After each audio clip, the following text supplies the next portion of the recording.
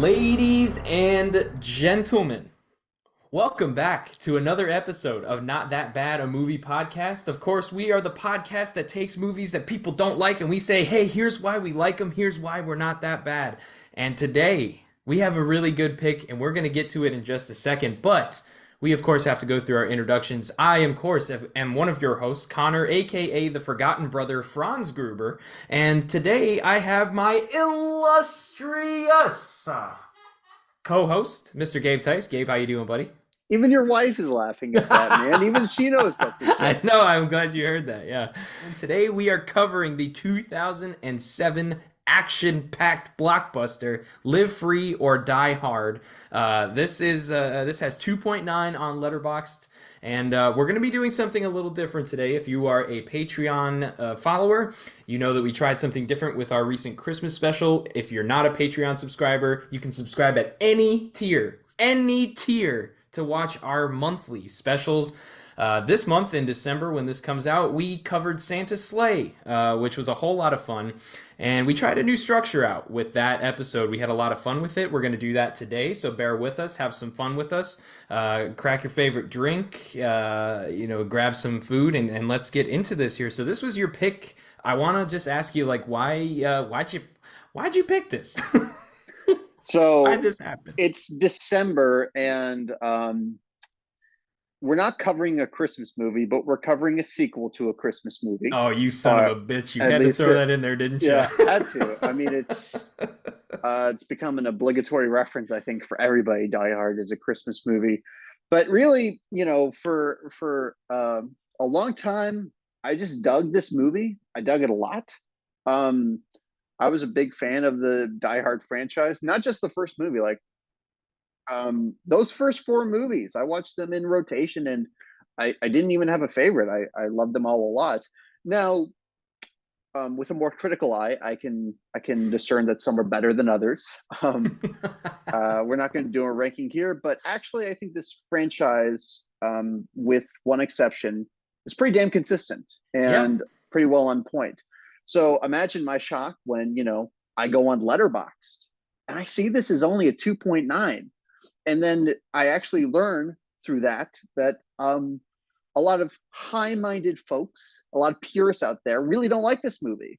Um, and if it weren't for another film in this franchise, this would be considered the worst almost universally. That seems the consensus. That really bothers me. That bothers me on a lot of levels, and this movie is like perfect for our podcast for that very reason. So I don't know your history with this movie or the franchise. So do you want to get into that a little bit? Yeah, it's funny because I grew up, watching a lot of movies from TV. That's kind of how I got my introduction to a lot of action films and sci-fi films throughout the years, even horror films. My introduction to horror was on television. Die Hard was one of those movies that I watched growing up, but it was very watered down and censored, weirdly enough. And so it was only until I was like maybe 16 or 17 that I finally like actually paid attention and watched these movies as they were intended to be, beginning to end, from the first Die Hard through this one. I still have not seen the one that makes this one not the worst in the franchise, and I don't care to. But my see, like, this is just kind of to give you a little bit of perspective here. My favorite Die Hard film is actually the one that came just before this one. I think Die Hard with a Vengeance is the best of them. That is It's my excellent. favorite. Yeah. I absolutely love Die Hard with a Vengeance. It's one of the greatest third entries into any franchise, in my opinion. Mm-hmm. And like you said, I think, over the years watching this, it's been super cool to see the consistency from the first film to, well, I don't want to get into my feelings about this one quite yet, but at least for the first three films, I mean, arguably some of the three of the best entries that they could have done. All Mm-hmm. three of them are thought of pretty highly even to this day. So really excited to get into this conversation. This movie, I remember very vividly it coming out. I remember the Mm-hmm. trailers. I remember everything about it. It was a big Um, deal. it was a There huge was a lot deal. of hype. And it's interesting that we're talking about it now because, of course, recently, Bruce Willis, we learned, was diagnosed or has been diagnosed, meaning that he will be retiring from film. And people have liked to take shots at Bruce Willis for a while now. I mean, he doesn't have the perfect record in the eyes of critics and audiences, but I've always had a huge fondness for Bruce Willis. I actually think he's quite an amazing actor. Who he's kind of in that Sylvester Stallone camp where few bad career choices sort of like really changed the trajectory of his career for the worst, because you watch him in stuff like Unbreakable, or even like like Moonrise Kingdom, a Wes Anderson movie. Like he brings so much to his roles, like humanity, humor. So I'm a big fan of his, and to me, this was not his last great movie. I mean, a lot of people wouldn't call this a great movie, obviously. That's why it's on our show. But for me, it's like the last hurrah for Bruce Willis in his most iconic role. So it's so cool to be talking about this movie for all of those reasons. And with that, I think we can just jump into it, don't you think? I think so. I'm ready. I'm ready to do this. Let's do this. Okay, yippee ki yay, mother censored. Let's get right in. Hey, wait a minute. This show is not PG-13, motherfucker. Well, then you're gonna have to watch the unrated cut that will be That will be sparsely available. We will Yes. censor this entire episode. You can only find the unrated version in a very obscure location. We're going to put it on Patreon. Yeah. All right, so get ready for that, folks. Deal with it, and in that appropriate spirit, let's start with this movie. Now we're gonna talk about it linearly. Linearly. Oh God. Linearly. I like that. We'll use Let's- that. Linearly. Linearly. Yeah. Yeah, we'll say You know that. what I mean. That's as good as a real word. So Yeah. we're gonna talk about it. Go through the movie. And the first big thing that we have to talk about is this is a Die Hard movie that deals with the modern age of Yes. computers and technology. And you think back to the first Die Hard, and John McClane is out of step with his own contemporary times of 1980s. He doesn't like flying.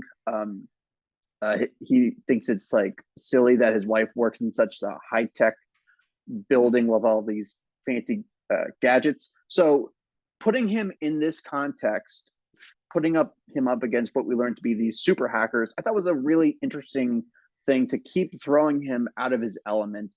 And we first meet him. There's a great, intriguing setup where all these hackers are being killed off, and Justin Long, who is an MVP for me this year after Barbarian, he will become Bruce Willis's partner sidekick because he's one of the hackers that has been unwittingly duped into helping this terrorist plot.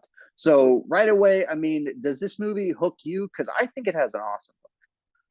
I mean, truthfully, it does not take this movie long to get into the good parts. It's like when you go to an action movie, you go for the action. And I think they immediately started to deliver pretty much. I mean, like what? It was like 5 minutes of film before they started getting into the real heavy like action of things. But just outside of that, Yeah, the little siege in Justin Long's apartment happens like 10, 12 minutes in. yeah, it's not long. It's not long. But truthfully, no, what's funny is like I remember the first time I watched this movie really thinking that Justin Long was out of place. And I look back at that and I think yeah, the context that I had was that, this is the kid from Dodgeball, like that's what I'm thinking when watching the movie. Among other yes. things, but over time I've become honestly appreciate Justin Long a lot more for things that he's done.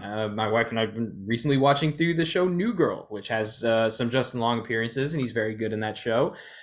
He's very good in pretty much everything he does. He knows what role he's supposed to be playing, and he plays it to the absolute best of his ability, and he absolutely does that in this. He has good chemistry with Bruce Willis right away, in my opinion.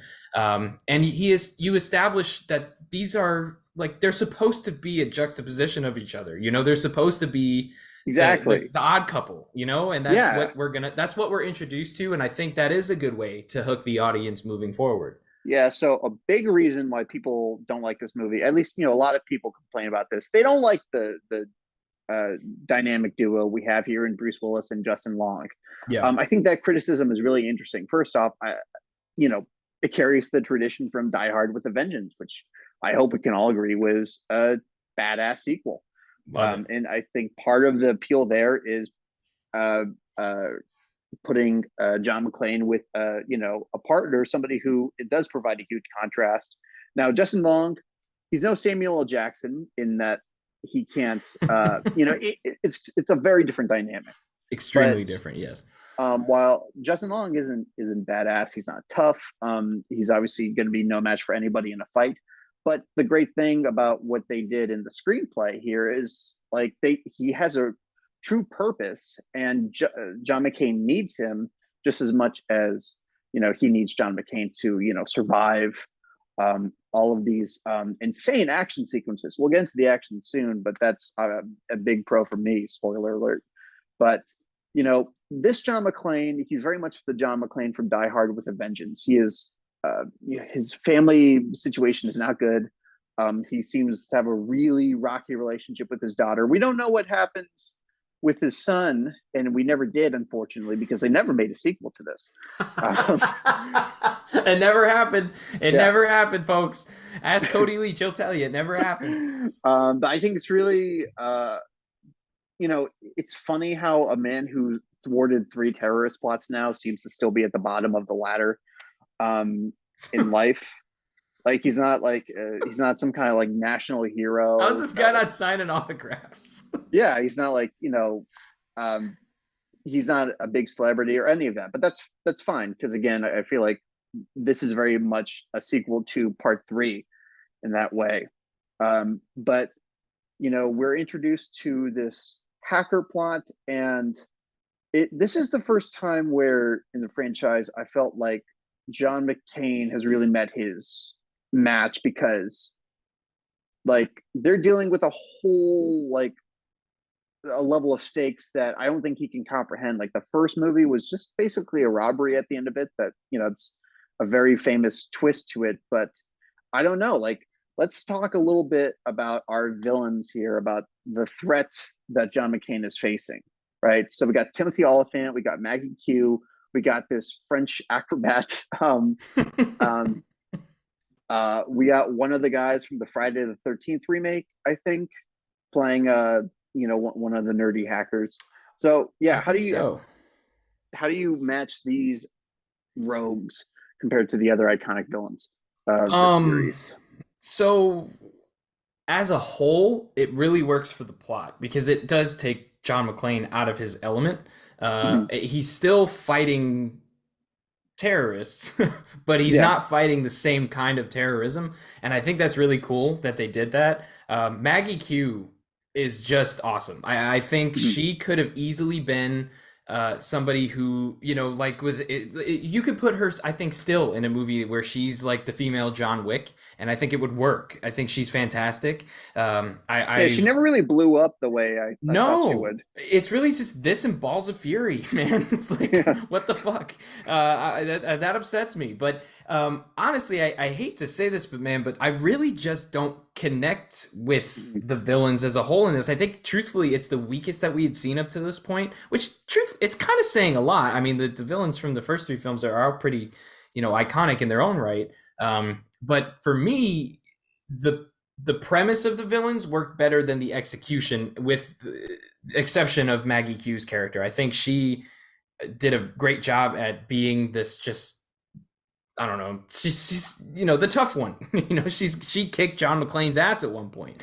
So like, I like the role that she plays personally, but everybody else, I don't know. They just don't do it for me. Like I feel like they should have. I was a little disappointed. Even Timothy Oliphant, who Timothy Oliphant, I'm a big fan of. This might have been the first time I saw him, and he does take you aback because he is very different than like Alan Rickman, super charismatic. Oh yeah. Fashionable, high class. This guy's cold, man. He's like a machine, and I think that makes him come across as awkward to some people, especially because we know Timothy Oliphant is a really charismatic actor when given that type of role. Yeah. but it's sort of like how I feel about the villains in Die Hard 2. They're not uber charismatic, but they are the perfect adversaries for John McClane. For yeah, I was about to say John McCain. You have a few Um, times there. I didn't want to point it out. okay, all right. Well, I hope we got some. I hope we have a big audience in Arizona because Yeah, uh, we will very poorly dub over them. just But like we won't. Yeah, just like this movie does a few times. yeah. Okay. Bruce Willis, who I will call him that to be safe. But they're the perfect adversaries for him. And the thing I really, really appreciate about this movie is that it is constantly escalating because we go from a pretty nifty action sequence in Justin Long's apartment to, and by the way, this movie is like 90% action sequences and set pieces, which sounds like a criticism maybe, but because we already know the character of John McClane so well. Um, I don't know. I felt like hooked, and I feel like him and Justin Long were already just had such good chemistry as actors. I felt like that was carrying me through. But anyways, then the big set piece that people remember is that uh, the what do you call it? The whole sequence in that tunnel, right? So that was in all the trailers. That moment when the car's flipping, you think it's going to pancake them, and then it lands on these two cars, right? I vividly remember that from the trailer in It's 2007 when this was coming out. awesome. It's awesome. Um, uh, PG-13 or no PG-13 rating. It's just a tense, extremely well executed sequence. So I don't know, when it comes to the action in this movie, I mean, what are your general thoughts? And we can sort of break it down. Man, they like this is what kind of upsets me about this movie is because everybody can just talk. You can talk about the PG-13 rating all that you want to, and we're gonna get to the downfalls of that as we go through Mm-hmm. this because it's impossible to ignore. Mm-hmm. But man, does this movie fucking deliver in the action department. This is, in my opinion, some sequences, because don't get me wrong, I think the action there are moments in time, and I'm sure we're going to get through this as we talk about the movie. There are moments in time where my suspension of disbelief can only go so far, and it broke a few times. Yeah, It that's just a went a problem little too people have with far. this. Yeah. However, it's so action packed. They put as much action into this thing as they possibly could. And in my opinion, a lot of the, like, even the sequences that take away my suspension of disbelief, I'm sort of in disbelief of because of how they came up with it. I mean, like, there's certain It's things in this creative, film that right? it's creative. It tries to push it forward. It can be a little much, but there is not a moment of this film that I was bored. There's not a moment that I No. was bored at Nuh-uh. all throughout the film. And another thing I really appreciate is it is the villain plan is pretty intricate. It's like pretty complex, and for audiences who were probably not that savvy to the world of computers and hacking and all of that. Right. Um, you know, the balance that they maintain between all of that plot and all the exposition that's needed to convey it and the amount of action, I think that's a really big testament to how well this movie was directed. The director was Len Wiseman. He directed the Underworld movies, like Yes, some of them. yeah, he did. Yeah, he directed, I know he directed the first one. And then I think he did Underworld, I think he did the sequel, and then he did the Total Recall remake, in what, Well, 2012, nobody's perfect. 2013? Yeah. Well, but to be fair to that film, and to be fair to Len Wiseman as a whole, I mean, the guy knows how to shoot action sequences. Every film, even the Total Recall remake, the action That's sequences true. are all shot very well. Mm-hmm. I feel like, one of the things that I think might be a downfall of his, depending on, what you want to say about it, is just whether the studio gets involved, like it, has before in two of his films, and then in the Underworld films, I think it's Mm-hmm. just they're sort of niche, and the things that are, they're not really for everybody, and so I don't know, man. I'd like to see this guy handle something big again. I'd like to see him do another big Yeah. action film, especially in the era of films like John Wick. We have another one coming out, what, next year? Another John Wick film coming next year, I think. Hmm. So, like, let this guy do something like that, you know? Yeah. Who's to say he couldn't have done a great job with a film like Atomic Blonde or something, you know? Like, let this guy do something like that. I want to put him and Maggie Q back together. Let them do something. I don't know. Just Yeah. let it happen. I mean, but even if this was the only movie he ever directed, I think that would be a pretty damn good legacy as far I as just agree. the amount of insane set pieces that he's created. And this is where we have to talk about the tone of this movie because people have a big problem with this. Yeah. Um, the original Die Hard movie, people say it's so great because John McClane's an everyman, that it's very grounded, it's very relatable, and that's where the tension is kept. Um, I agree with that to a point, but I don't know how fair it is to criticize a sequel, the fourth movie in a franchise, for taking on a different identity, and working with a new direction, especially because I think people overstate how much of an everyman John McClane is in the first movie.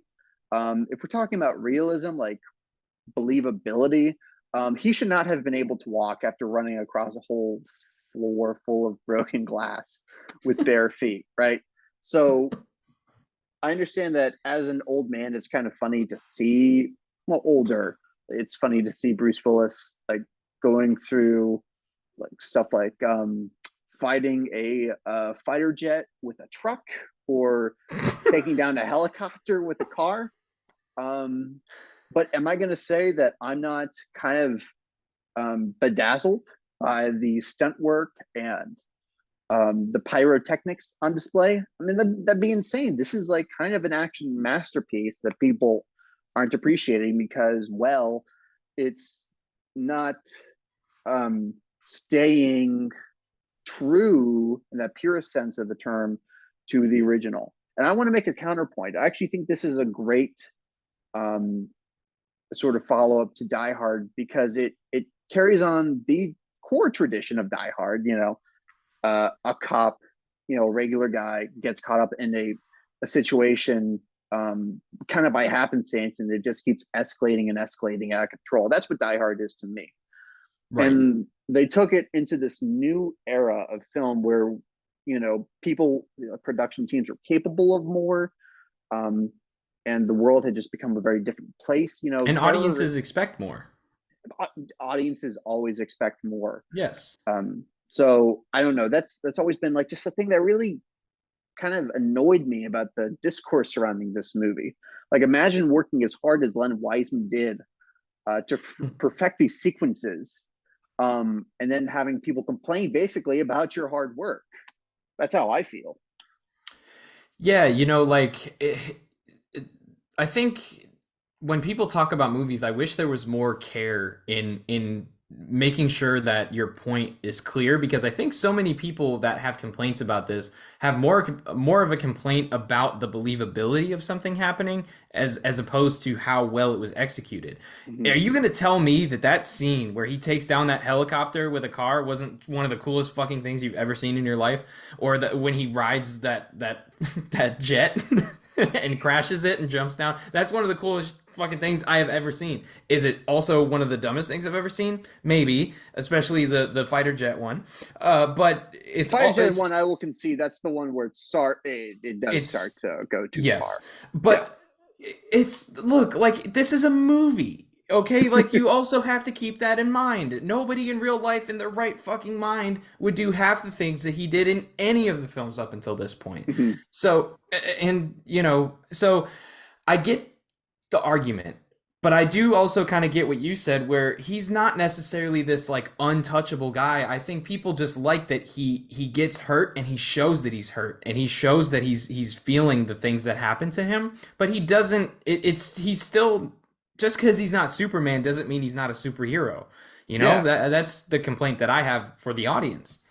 Uh, um, to me, actually, what matters more is how all of these things affect John McClane, and um, I think Bruce Willis really had his heart in the right place when he came back to this role because I feel like you do get a John McClane that is getting exhausted. He's getting hurt, Yes. but he has that determination, that underdog determination that really makes the character so special. So for me, this is actually a very appropriate follow up for this series. And again, this is the fourth movie in the series. I mean, Die Hard 3, which we both love, ups the ante quite a bit. Oh yeah. Does it stretch believability in some of those ways? You could accuse it of that. I don't want to have that conversation, frankly, because Yeah. um, don't rain on my Die Hard 3 parade. It's a Yeah. great movie. Yeah. Absolutely. So, the other sense of escalation is what we learn about the stakes here. So originally, we just think this is a hacker plot. Justin Long is just a kid who got into trouble, and John McClane has to help him out. But no, we learned that these people are going to be trying to drain America of its financial resources through a digital heist. Um, and this is post 9/11, post Iraq War.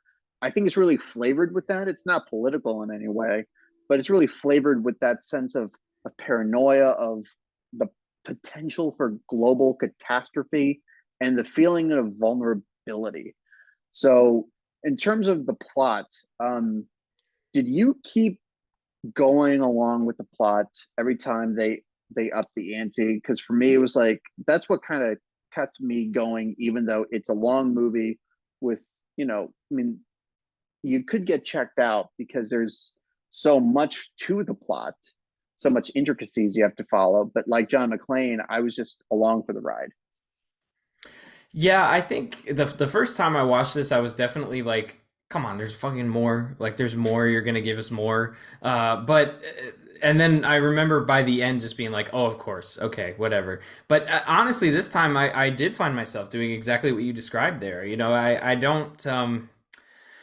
I think it was this viewing it really helped me because going through it I was just like okay like yeah this is keeping me engaged because this you're right I mean this is a 128-minute movie. Mm-hmm. They have to keep you engaged and they can't just rely on exposition and action set pieces and these incredible action sequences to do that because there are movies that have tried that Mm-hmm. that have failed. And one example for me is the movie. It was oh, I don't remember. So the French It version must have was been a District great movie. B13. Uh, District B13, I think, is what it was called in France, but they remade it in the United States with Paul Walker. Uh, and it's I don't even remember what they named it. I truthfully don't remember, but I'll tell you this much: I don't I can't recall half the movie. I know it was Mm-hmm. parkour and fight scenes, and that's all I know. And there was a bomb involved. That's it. Mm-hmm. That's all I know about that movie. And I have watched it like 4 times in my life. That is all I know about it. So for you to have a film like this and for it to be a Die Hard film, I feel like it has to have that extra oomph that keeps you engaged. Yeah. So you remember what's happening. So you stay watching the screen. And whether people like it or not, I think this movie did accomplish that. I Mm-hmm. felt like it was more engaging as things happened. And yeah, there are a few times where like I had to chuckle for a second because I was like, okay. Okay, we're still okay, there's more. But Yeah. it's not in a bad way. It doesn't hurt the film for me. Yeah, and a great thing is like the other Die Hard movies, it builds and it builds until the stakes get personal. So that's where Right. Yeah. his daughter comes into play, played by Mary Elizabeth Winstead, um, who I love her. She had is a big crush on her awesome. for a while, and Yeah. I Married think to Ewan McGregor really, as of oh this year. Yeah. wow, Or well 20 I think. One of they're those. both I think lucky this then. year. Yeah. Yes. No, uh, talk about people who it seems like she's famous. She did a lot of big movies, but just feel like she had everything that you needed to become uh, the it girl or the next big star. And she did 10 Cloverfield Lane. Hmm. Um, Scott she Pilgrim. Scott Pilgrim, where She I was guess is fantastic in Scott Pilgrim versus yeah, the and I World. think that's where A lot of people recognize her, and she's Mhm. why a lot of guys really have a thing for blue hair now. Um, yeah, and I like Oh how man. she is clearly John McClane's daughter. She's got his attitude. I think Justin Long calls her John McClane with hair at some point. Really funny line. Justin Long is so funny in this movie. If we can just stop to address that, like I know he seems to get on a lot of people's nerves in this movie. Maybe I've become too much of a stan, like I'm blinded by my love If you for are, then his work. I need to be running a Justin Long Stan account with you because I had a great time with him in this. Okay, we both stand Justin Long. Fantastic. We stand Um, Justin. I remember the line, "Good luck at the bad timing awards" has lived rent free in my head since childhood. I just love the way he just babbles on to John McClane about conspiracies and how much he hates old rock music, and it just rolls off John McClane. Man, he's been through too much to let this punk kid bother him. So that dynamic is great, but that's also where you see Bruce Willis kick in. Like the movie really does go to a new level when Timothy Olyphant kidnaps his daughter. And this is where I want to talk more about the villains because I really thought the scene with where they're having that exchange at Kevin Smith's house, and it's really one to one. Like these are two equally matched guys in very different ways. And then uh, Bruce Willis made it personal by killing Maggie Q, the kicking bitch as he called her, and so Timothy Oliphant returns the favor. And to me, I don't know. I think that was one of the more intimidating moments throughout this whole franchise. To be honest, I really felt like John McClane was just in over his head, and that I knew how it was going to turn out for him, but in that moment, I didn't. I was so worried for him.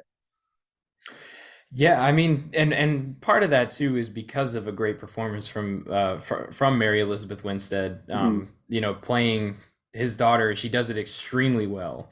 But when you can make a character that up until that point,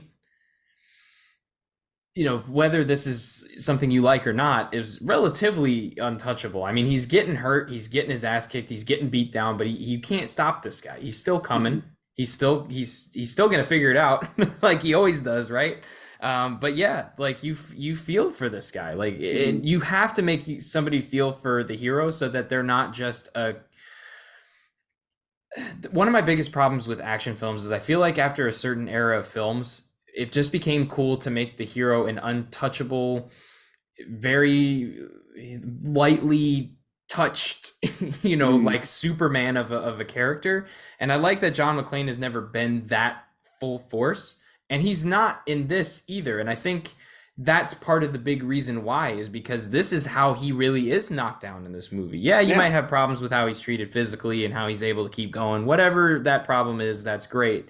But this was the way to knock him down, and I think it was done very, very well. Yeah. I enjoyed that part of the movie. Yeah, it's just such a great progression too, going from having to save his wife to having to save his daughter. Um, Again, I remember um, in another Die Hard movie they made that I will not name. He goes to Russia and his son turns out to be a spy, and that locked any Die Hard fabric, if you will. Like they had completely removed him from any like emotional like relatability as far as I was concerned. Um, Yes. but this is like even through all of this complicated computer shit, which is too nerdy for most people back then, I'm sure. What really matters is that the man has to save his daughter. If Yes. nothing else, we know how important that is to him. And it's like so cool how I feel like invested in their relationship after one scene. It's a while before she appears in the movie again, but that one scene told me everything I needed to know about their relationship up to this point.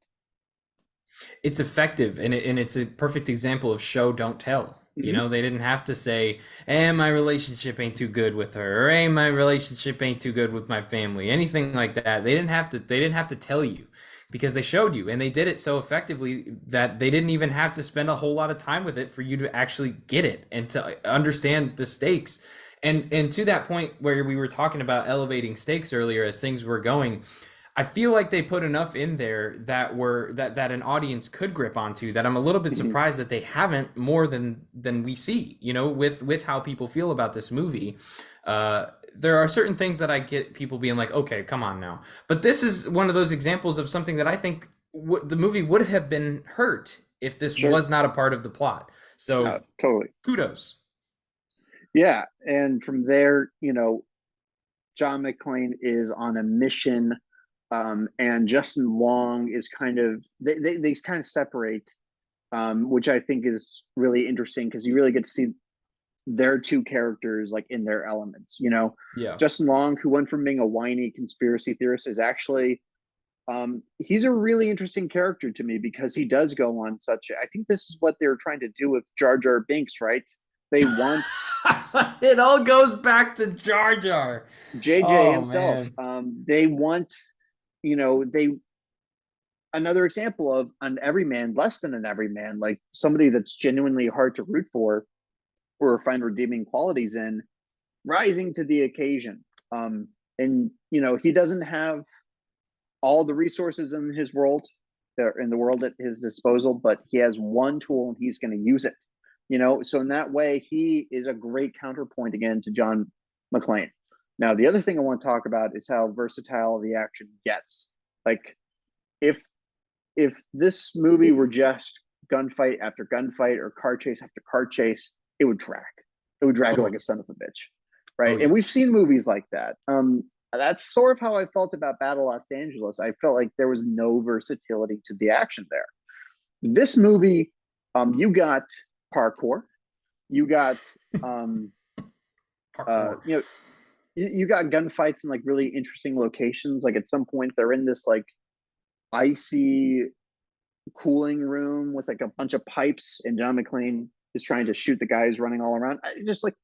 Just stuff like that. Like there used to be spice to action movies, and I feel like people just sort of take it for granted these days. Like this is a movie that's like really flavorful, you know?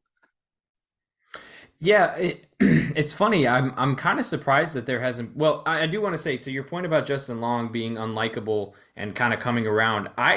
It's funny because I think most of the audience that's how they were supposed to feel. That's not how I felt. I kind of liked him straight away. I would say that like we actually saw another example in this in a much smaller level on in Child's Play 3. There's a Mm, character that's very annoying throughout the film that steps up to the plate yeah, and redeems Whitehurst. himself. Yeah. Yeah, Whitehurst. So and that's a moment I really like about this movie. So I like, or about that film, sorry. So with this film, I like that even though this guy has been likable so far, I could see qualities about him that would not endear him to the audience. Hmm. And then he does have this opportunity to redeem himself. But with talking about diversifying the action, I'm really, really shocked that people don't treat this movie better now than they did previously, because I know like the rated R cut has gotten its love over the years, and that's great, but it's not widely available, and B, the PG-13 cut still has a lot of that stuff. It's Hmm. definitely muted, but Yeah. the meat of it's still there, and Yeah. we are spoiled today by movies like John Wick. I feel like John Wick is a perfect example of diversifying the action, and this does that. Just what? When was the first John Wick made? 20 of 2013? like 14, Yeah, 15. somewhere around there. So years before that even came out, this was a little ahead of its time when you compare it to movies around Hmm. this period of time. Hmm. And John Wick shares this, it's not just about stunt work. It's not just about like literally thinking of the craziest idea you can. At the heart of it, I think a great action scene is always a cat and mouse game in Yeah. one way or another, and a battle of wits. It's a part of the story too. Yes, yeah, oh, definitely. But just in terms of like the way the action set pieces themselves are structured. Yeah. So, for an example, um, that scene in the tunnel that we were talking about. Right. That's not just I mean, it's not just bumper cars going wild. There's strategy being employed on both sides. Timothy Oliphant and Bruce Willis. Um, and that's where the escalation comes from. And that's why, again, I'm not really sympathetic to the John McClane is Superman argument for this movie, because he has to rely on his wits. I mean, that's how he gets out of situations. There's a level of luck involved, um, one could say. But at the end of the day, this guy has to rely just on his durability and his wits, his sharp thinking skills, his instincts. This is so like keeping in line with the previous movies in that way. Yeah. And again, that's really what every action scene to me boils down to is I mean, the whole movie feels like that to me on this really epic scale. Like I like the fact that we're not just in Nakatomi Plaza. I like this is like a cross country escapade. Yes, and for them to have been able to pull it off effectively enough for not only you to see it, who I feel like you've kind of liked this since you first watched it, right? Like you've been enjoying this film for a while. Yeah, more or less. And Yeah. and for me, like I really felt like I came around because the very first time I watched this, I was not a big fan, and then over Mhm. time, every time I watch it, I like it more. So for us to both be able to recognize that with different perspectives on the film, I think it's a testament to how well it was pulled off.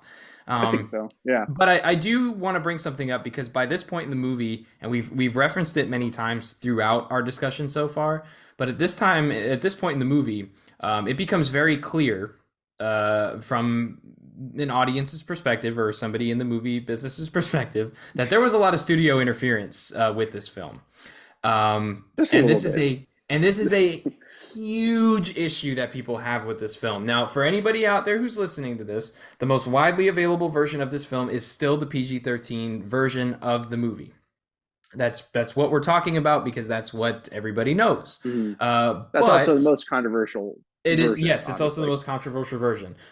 So for those who may not know, who may not be in the know, who may just be confused by this movie, because some of you may be, the studio really wanted to sell extra tickets for this. They really wanted this to be a bigger blockbuster hit than they thought it could have been at a rated R film. So they took a film that was meant to be rated R and they chopped it down, edited things out, overdubbed things very poorly, as you could probably see during certain sequences of this film, Hmm. to create a PG-13 movie. And there is a rated R cut that you can watch that takes a lot of that away and it lets a lot of that stuff breathe.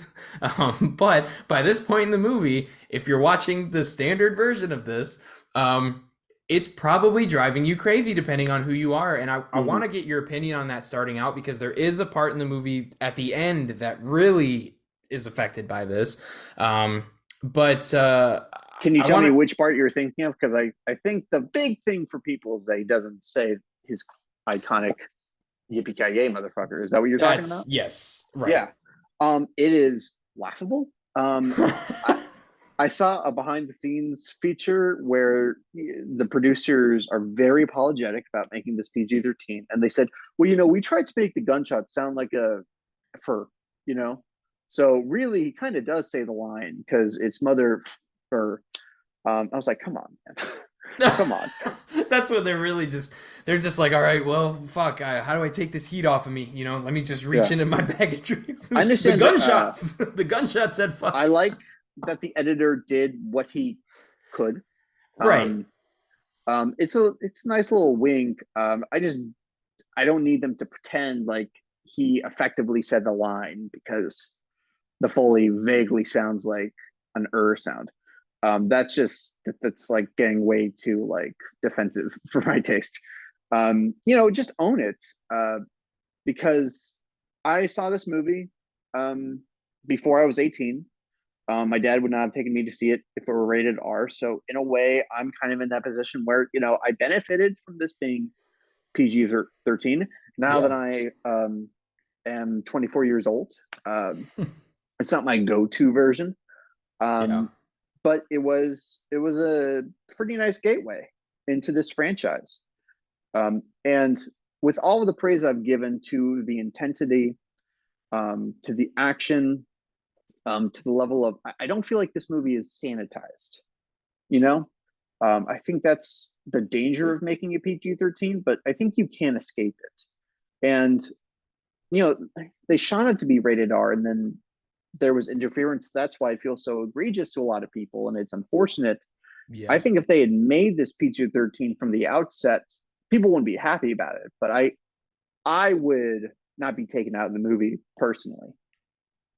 No, and that's what's so upsetting about it for me is that I really like you can get away with like what, one F-bomb in a PG-13 movie? I think that's recent, though. I don't think that was a rule at the time of this Okay. movie's filming. Well, even if that's not the case, I Mm, completely agree because every instance of a movie being dumbed down by the studios to be a PG-13 movie, and I say dumbed down because I do think that's what it is. You are taking a film that is meant to be shown a certain mhm, way, it's filmed to be shown a certain way, and you're turning it into something that it is not. And that is a downgrade. Even if the movie is good, it is a downgrade of what that vision of the film is. mhm. So when a studio does that, what they're effectively doing is, first of all, they're looking at the filmmaking process and they're looking at the filmmaker and they're saying, "Well, fuck you, we want money." And second, they're robbing the audience of an experience that they should be having,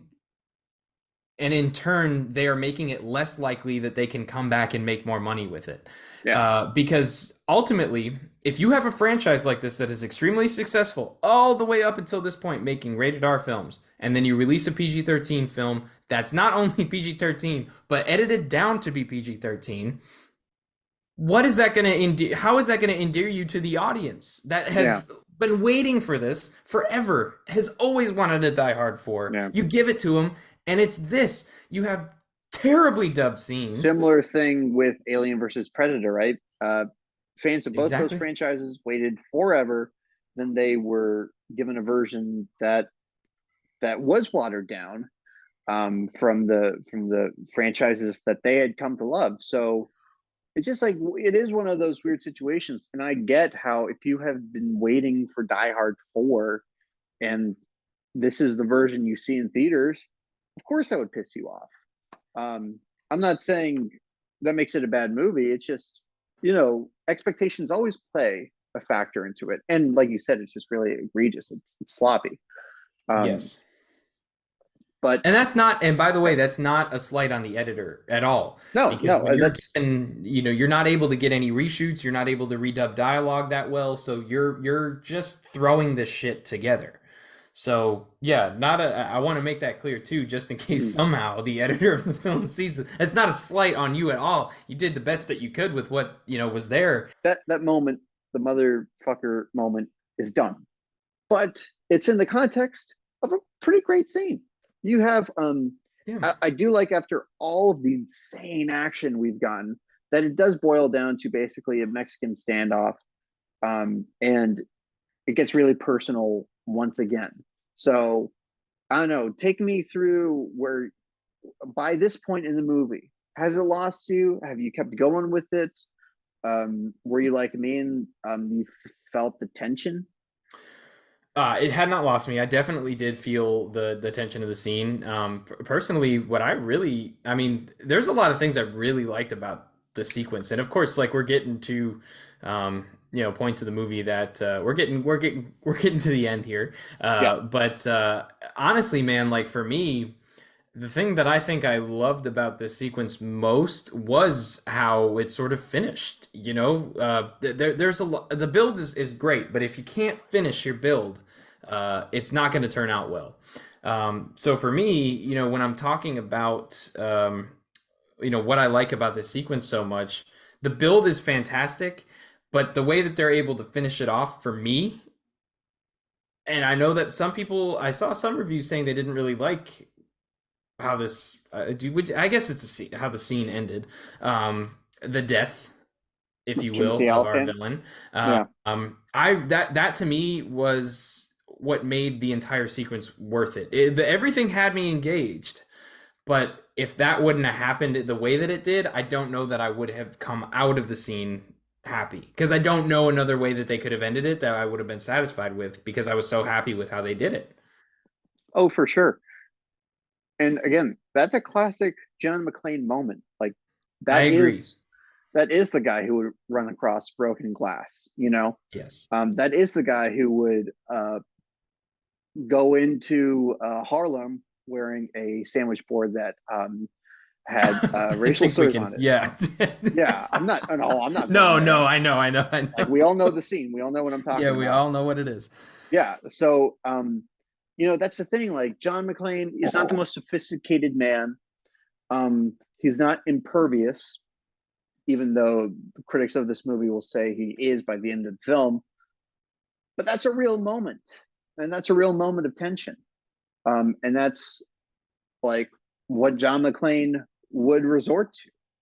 So by this point in the movie, I'm just like, they actually capped it off brilliantly. Like, and that's like, if it had gone out on a sour note, who knows what that would do to my overall feelings of the movie? Because that's the thing about Die Hard 3. I think it's not considered on the level of the first movie because people aren't really satisfied with the ending. And, you know, I'm Do inclined you to agree with agree that? that um it's it's not on the level of the ending of the first movie. It doesn't take it down from an A to a B, but it probably does stop it from being an A plus. Um, Okay. right. So you get this movie, and it's one of those beautiful blockbuster things where it's not just a straight line either. Like you're developing a lot of relationships and dynamics. Like Mary Elizabeth Winstead and Justin Long have been developing chemistry the Now whole time. that I don't know how much I love that, but it was I thought it was fine. cute. First off, Justin Long is dreamy. Second, You just had to throw that in there, didn't you? Oh my God. I would fall for that man any day of the week. Oh Um, geez. no, but If you're listening, Justin Long, come on the show, buddy. please come on the show, Justin. The Courtship of Justin Long. It will be the first not that bad novel. Our first fanfic. No, Yeah. um, Not that bad fanfics. Look on the site. A site coming soon. Not that bad fanfics. It's coming. so gosh, there's so many things we didn't even touch on. Like I loved Kevin Smith's cameo. This is before Kevin Smith became, how should I put this? A professional nerd, and I don't know. That was a fun cameo. Unfortunately, Yeah. led to a terrible movie, I Yes. guess. But And a fractured relationship too, yeah, which that hurts, you I know? was so I mean, sad to hear about how that whole movie went down. Like that's just yeah. Bruce Willis had made some bad movies and whatever, but that was something that I think his reputation just never really recovered from. And I don't think it ever did. I mean, like, his small role in like the Expendables is pretty cool, but Yeah, he was still like that's he was still in good movies. yeah.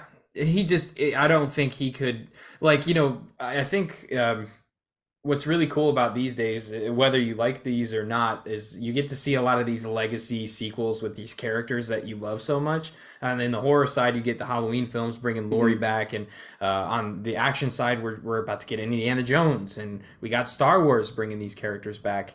And even I think even if Bruce Willis was not affected by the unfortunate medical Mm. circumstances that he is, which, by the way, he has sold his deep fake face likeness rights to. Yeah, So we don't know what's going to happen with that.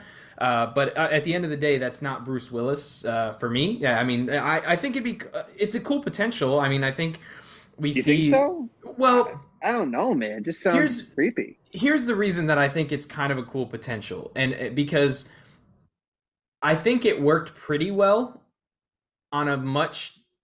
I know it's different, but like the Mandalorian. we saw what like a deep fake technology could kind of do for bringing a Mhm. character back and making them youthful again. And I know we won't ever hear Bruce Willis deliver these kind of lines again because truthfully, he just can't do that. And that's okay. And I hope he, and truthfully, I'm happy for him and his family for making the money that they did off of selling his rights to allow for these deep fakes in films. But even though that the performance is not really them, I think it's a good way to continue a story past the point that it might have been continued if you can do it right. It can be done right. I just think so. I think it can be a good thing. I guess I should say that. That being said, though, even if that was not a problem with him, even if he was not affected by this, I don't know that he could have done something like that. I don't know that we would have gotten a Die Hard legacy sequel to come back from the film that the film we left off on in the franchise. I mean, there was so much consistency for me until we got to that last film, to the point where I did not even watch the last film. So like, I don't know that his career was at a point and or would be at a point that renaissance could happen to allow him to do that, because everybody else, you saw that sort of renaissance. I mean, besides Jamie Lee Curtis, I mean, Harrison Ford, I mean, Star Wars, the new Star Wars films, Blade Runner 2049, like those were two great examples of like this dude can still sell tickets. So yeah, let's make Indiana Jones. But I I don't mean, know the that that would have characters happened. can still sell tickets. I mean, Yes. Harrison Ford has been in a lot of movies in the last 10 years that not a lot of people saw. So Well, I'm yeah, I just, mean, he did like what was it, Call of the Wild or something? They made it, he made a lot of money off of that himself, but I'm not saying that people aren't excited to see Harrison Ford in yes. movies still. It's just, it's not as simple as No, like you're you right. have the face and you have the name You're in right. some essence. But what we get here in Live Free or Die Hard, it's the full Bruce package deal. It's like Yes. everything that I like about him as an actor and an action star. I mean, it's not like it doesn't reach the heights of Unbreakable or The Sixth Sense in terms of his dramatic range, Yeah. but I think it encompasses everything that we all loved about Bruce Willis. Um, so again, as a true swan song for this character, this franchise, and we can debate about what his swan song as an actor is.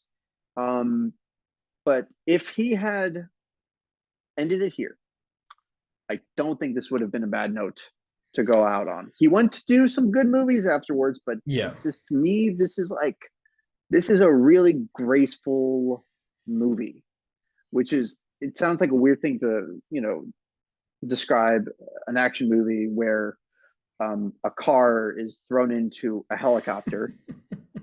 But I really do think that. I mean, it's like everybody came out on top from doing this. In my eyes, it made a lot of money, and I think it is developing that fan base. I think it went from being, a movie that people just were really down on to developing that cult base steadily over the years. I agree with you there. I think it feels like one of the last films that it felt like he really had fun doing. And Mm-hmm. he had fun coming back and playing this character. I don't know that that's the case, but it came across that way on the screen because he still had that life in him to be John McClane.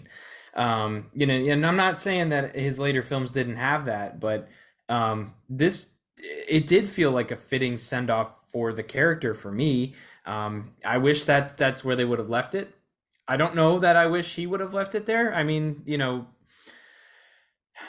it didn't seem like he wasn't having fun when he was in, Split and Glass and Red, that movie Mm-hmm. Red with like all the, older heroes in it. And Yeah, that uh, was all like well and good. I mean, yeah, I've had fun watching him since. right. I think this Yeah. could have been a fitting send off for the career. At least as like a starring role. Like maybe this is his Mm. last big starring role, and he just comes Yeah. in and does like Yeah. Expendables type roles from Well, there. this is like the last true Bruce Willis vehicle to me to really, because there are different types of roles. Like, yeah, he's great in Moonrise Kingdom, but that's not Bruce Willis, the action star. That's Bruce Willis, the character actor, which he is actually Right. really good at. And I wish he had flexed those muscles even more throughout the years. But this is Agreed. Bruce Willis, the action star, Bruce Willis, the movie star. Um, and not many people can say that, at his age, that they delivered a movie of this caliber. Um, and really, I think people were always going to make fun of his age, and I'm glad that they addressed it in the movie. Yeah. But it's kind of like the feeling I had watching uh the first Creed movie for Sylvester Stallone, right? Or I don't know, does Arnold have one of those movies in his later years? I mean, shit, he was in those two Terminator sequels. I'm talking about like I'm No, talking I'm about just kidding. I don't know. God, that was a mean joke, I Connor. am sorry. I'm sorry. I don't know I mean, that's a good question. Now I'm curious. Now I'm curious. I'm gonna find out. Continue your point. Yeah, I I'm gonna mean, find just out for us. just to wrap it up, to me, this has the heart and soul of Die Hard, but just taken to probably a critical mass level. Like I think to go um, to raise the stakes beyond this in any sort of logical way would have ended in failure. Probably, I think this was like a logical endpoint for the franchise for that reason. Um, and it is what it is now. This isn't the final Die Hard movie. Yeah. Um, uh, but in my head canon, it is. It feels like the last Die Hard movie. Yeah, it just had that nice finale. I don't know what the intentions were when they made this. If they had a sequel in mind, I don't know the backstory to any of that. But this felt like you know what, we haven't made a Die Hard movie in a while. Let's really go and give the fans another great Die Hard movie. Um, and I don't think there were intentions beyond that. That's how it feels to me. Because again, they like go for broke in this movie. So I don't know. I know it seems like I'm like really gushing about this movie, but that's what happens when like a movie that you really like has just been shit on. I think pretty unfairly throughout the years.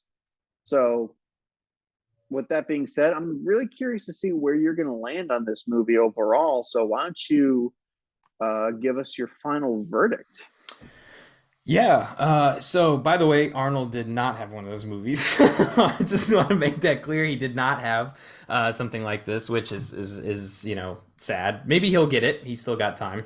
Mm, So this movie is just a fucking action-packed blockbuster with no shortage of just incredible action sequences, tension, drama. Say what you will about the progression. I don't care what people have to say about that. Say what you will about the dumbing down. Um, I will say though, there were things about this movie that did not live up to what I wanted. They didn't live up to my expectations. Like I said, this is coming off of my favorite Die Hard film, and the one that I think was the best Die Hard film. So when you come off of a film that's that good, I want it to be not as good. I'm a big sequel fan as a whole. Just give me something that I can take and I can say, you know what? Maybe it wasn't as good, but it was still fucking fantastic. I can't mm, go quite to that level about this one, but I can say that it is a great time. It is a whole lot of fun to watch. Please watch this if you have not. If you've been putting it off for some reason, I probably would recommend that you find the rated R version of it to have a little bit more fun with it. But even if this is all you can find, just sit down, have a good time watching it. At the end of the day, for me, with what we got in either cut of the film, it is not that bad. okay, feels a little low. It feels a little low, but I understand that it took you. You had to come around to this movie. You haven't, it hasn't been, a go-to for you the way it Yeah, has been for me. I thought pretty hard about it, and when I went through my Die Hard ranking, which of course is only 4 films because that's all there is to me. And I went through it, and it's still in last place for me of all the films. Um, but that's not saying a whole lot, I don't think. I wish there could have been a little bit more, but I'm happy with what I got, and I think everybody else. I'm kind of upset that they're not happy with what they got. Hmm. And Okay. not that bad in this sense. I think is just I don't know that I would watch this if I was doing Um, if I was watching the first three movies, I don't know that I'd go to the fourth every single time, but I would sometimes, Hmm. and that's what matters.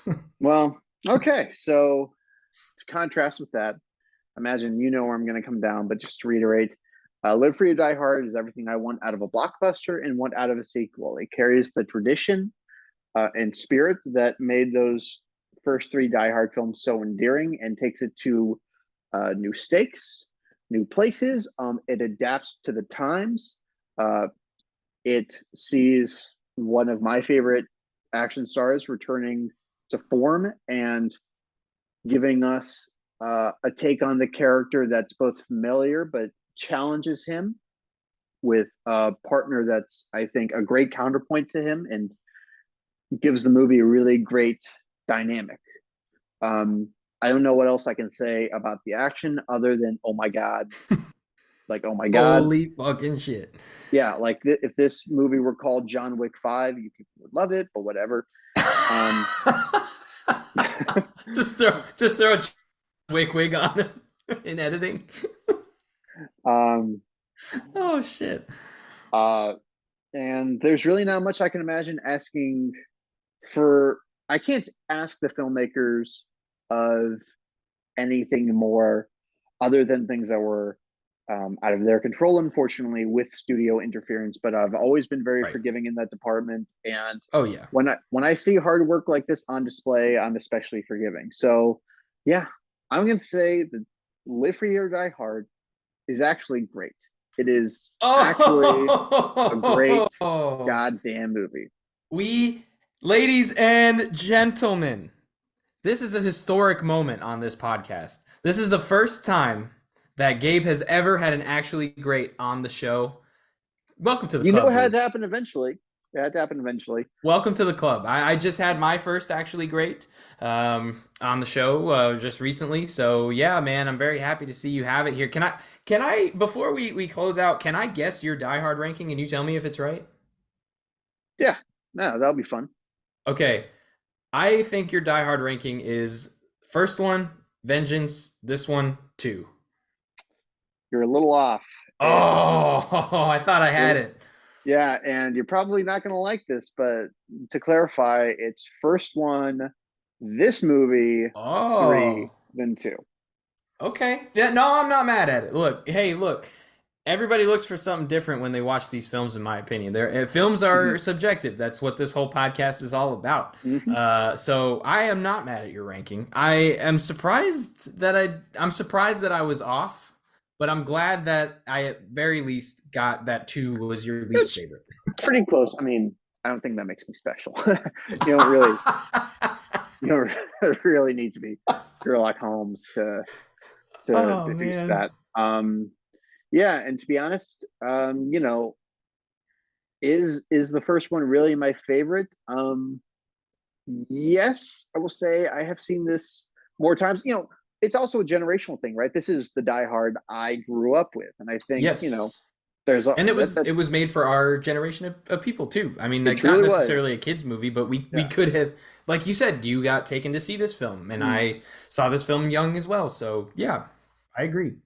So, with that being said, to everybody who is not like rage quit the podcast by now, I'm after fucking that out of here. after that abysmal rating by me, then thank you so much for listening and watching, guys. Once Yes. again, now that I've pissed all of you off, I do want to remind you we have a Patreon. We have a Yes, we Patreon where you do. can, if you want to support our bad takes, our horrible takes, and just our like trash taste in movies, you can go and support us. If you want to start listening to Not That Bad on a weekly basis, we have a goal of reaching $100 a month so that we can start putting this out weekly. That would be a dream for Connor and I, and we would love for you guys to join us on that journey and also enjoy the tier rewards that we're offering. We have programs and rewards that we're really excited about. We would really love to share with you guys. Yes, what Gabe said. There's a lot of cool things coming up for us, and our Patreon is just one of those things that I think is really, really fun for us. We'd really like to hit that goal so that we can start pumping these out like crazy. But we're just happy for the support that we've gotten so far. It's been such a thrill, and with this being our last episode of 2022, we started in 2022, and it's been a great time making these so far. I think next year is just going to be that much bigger and better and more fun for us. At the time of recording this, we hit a milestone personally for subscribers and hit a milestone for views. We are just climbing and doing much better than we thought we would at this stage. So I want to thank everybody for that. And we have a lot of fun stuff coming up. But for now, uh, please follow us on social media. We are on Facebook and Instagram at Not That Bad Pod, and on Twitter at Not That Bad M as in movie, P as in podcast.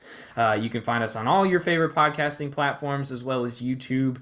We'd love to hear your feedback on the show, especially with us trying a new format this time around. And we're just absolutely grateful for everybody that listens to the show and supports two guys who come on here with the worst takes in the world and putting up with our unsanctioned buffoonery. I really appreciate everything. And Gabe, why don't you take us out? As always, guys, this was a blast. Really hope you enjoyed, whether you agree with us or not. I mean, honestly, this is for people who disagree with us as much as people who agree. So please continue to stay tuned to all of the exciting stuff we have coming up. For now, I'm Gabe, I'm Connor. and this is Not That Bad. Wishing you a happy holidays.